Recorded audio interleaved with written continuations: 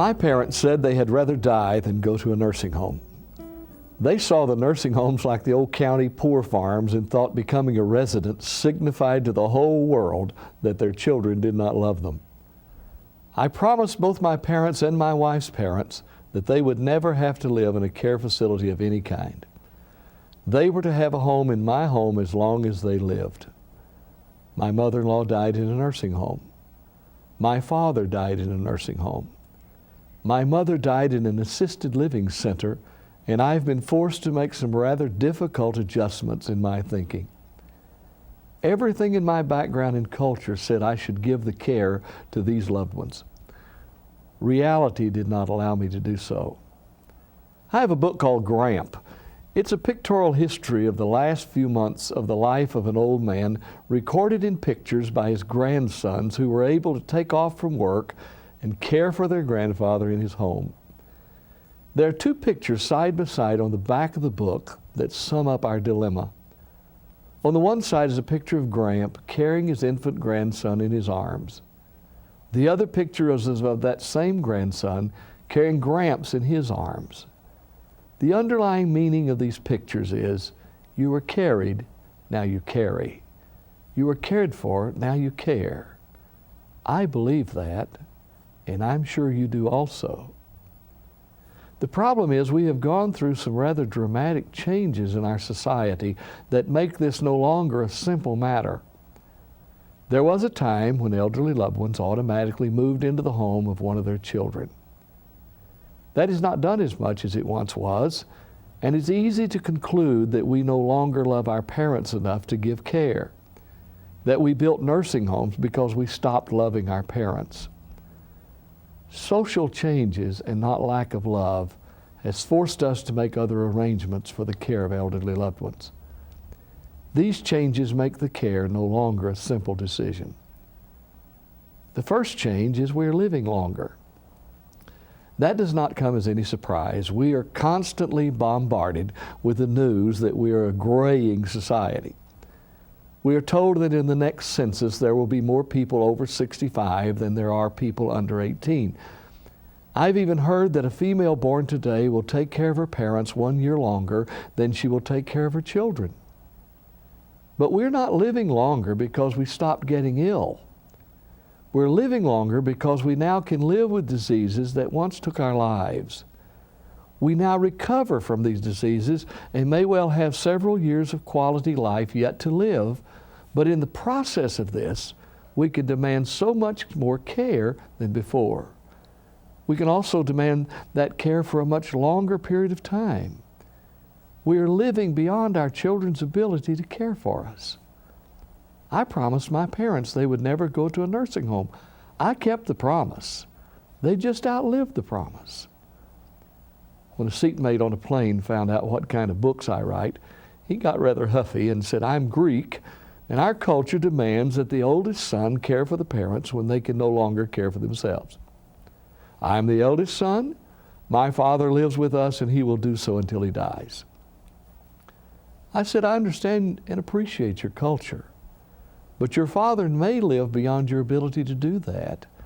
And if he develops Alzheimer's, he will live beyond your ability to do that.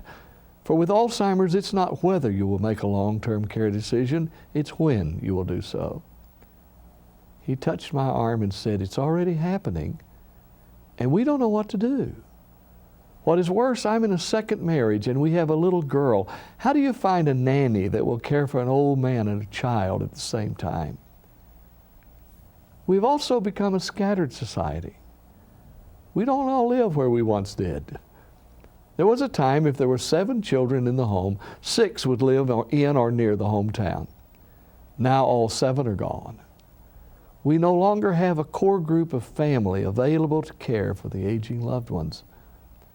One of the issues a family must face is found in this scattered society. Which is better, to move the parents away from all of their roots but near the care of some of the children, or leave them at home and try to maintain care there?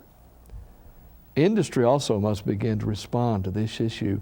We're moving personnel all over the world and leaving aging loved ones thousands of miles behind. And the timing has changed.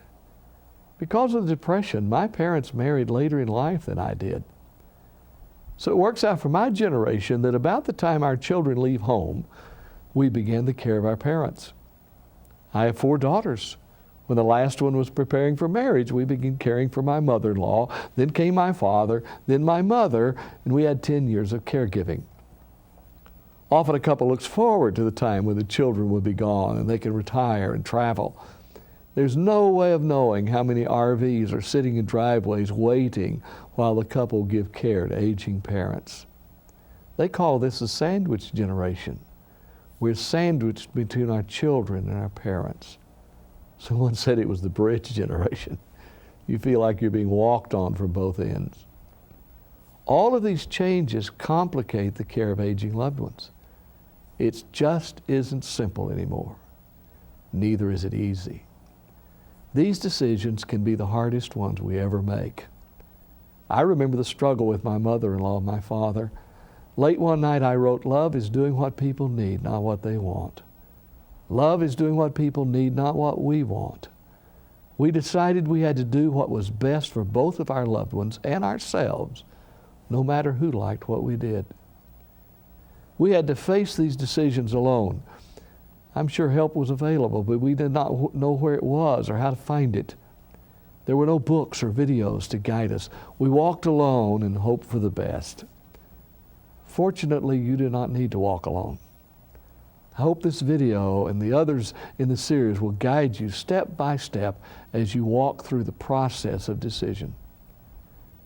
The first thing I tell a family to do is start early.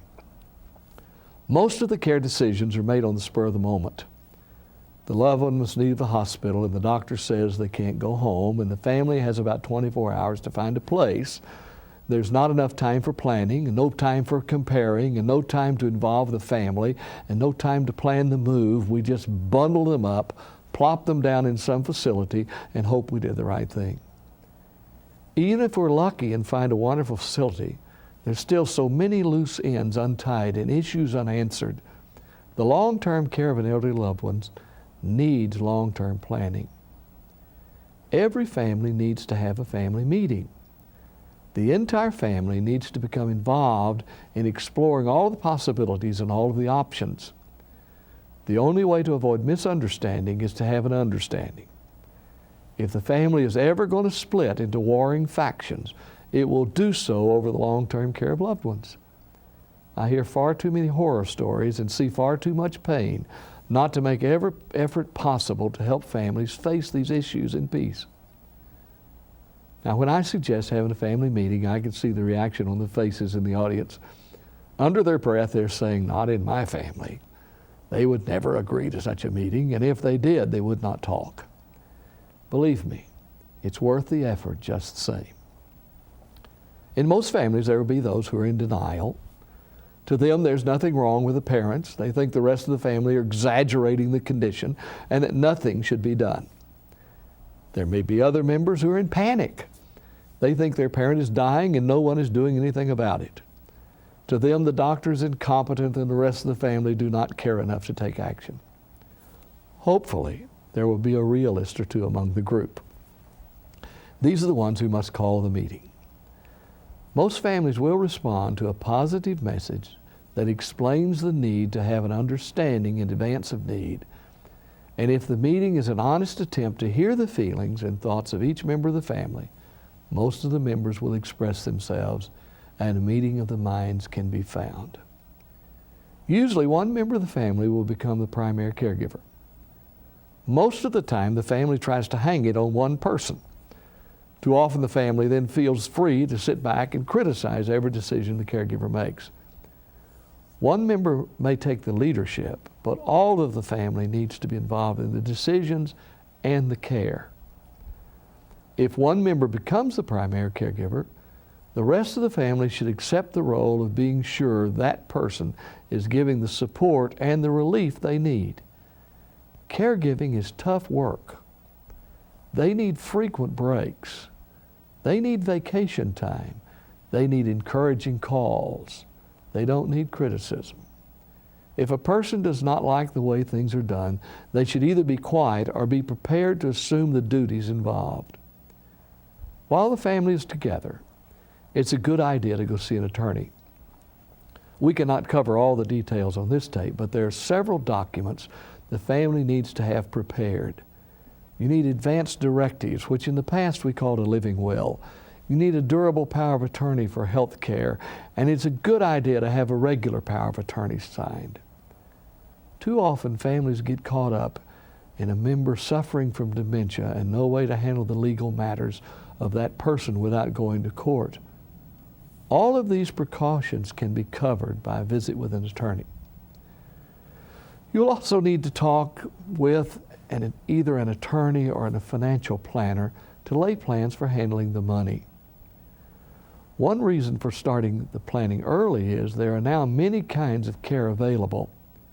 Where once there were just nursing homes, there are now facilities that offer different levels of care to fit the levels of need. There are also specialized facilities that focus on such things as Alzheimer's disease or those residents needing respiratory therapy. Planning is needed to match the kind of care needed by a loved one with the facilities that provide that level of care.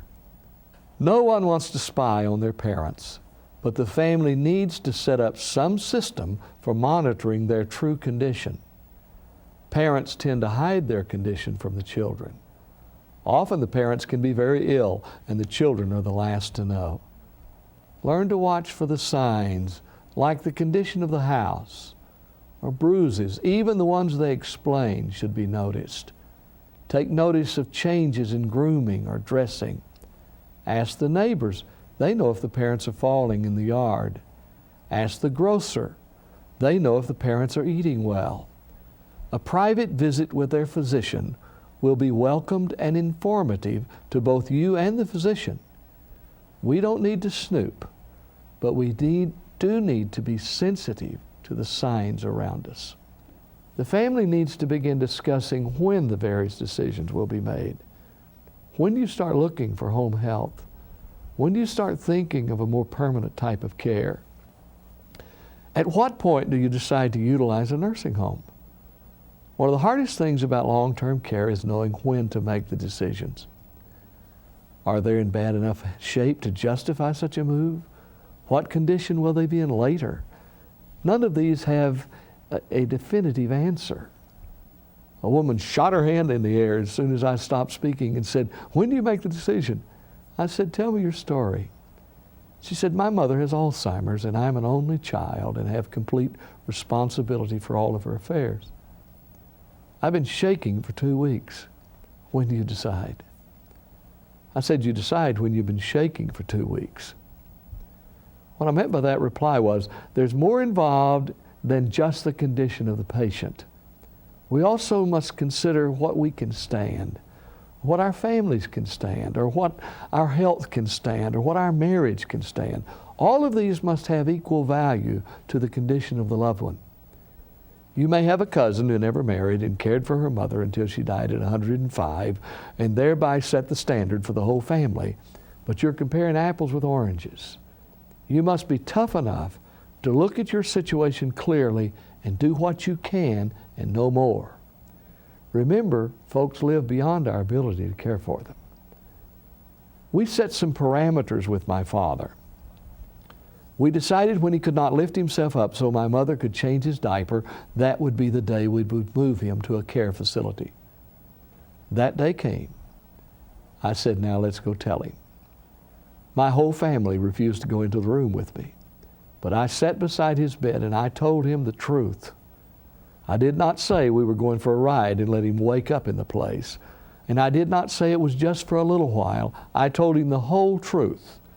And I would have done that had he been in a coma. I think we owe it to them. As tough as it may seem, the family needs to begin discussing the end-of-life decisions. Living wills and advance directives are great, but the day may come when you will face decisions not covered by any document. It is hard to write a document that covers every contingency. The day came when I had to make a decision whether to continue feeding my father. Everything we fed him only prolonged the agony. There comes a time when the body cannot absorb any more nourishment and our efforts are toxic.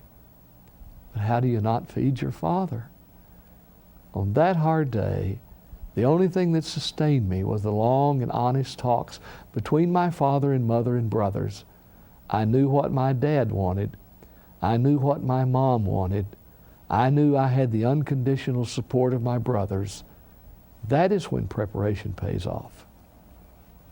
I realize a family meeting sounds difficult and even scary. I know I'm asking you to think about the unthinkable. But when the chips are down and the decisions are pressing in, nothing feels as good or helps as much as knowing you have the support of your family. And I think the key to that support is preparation.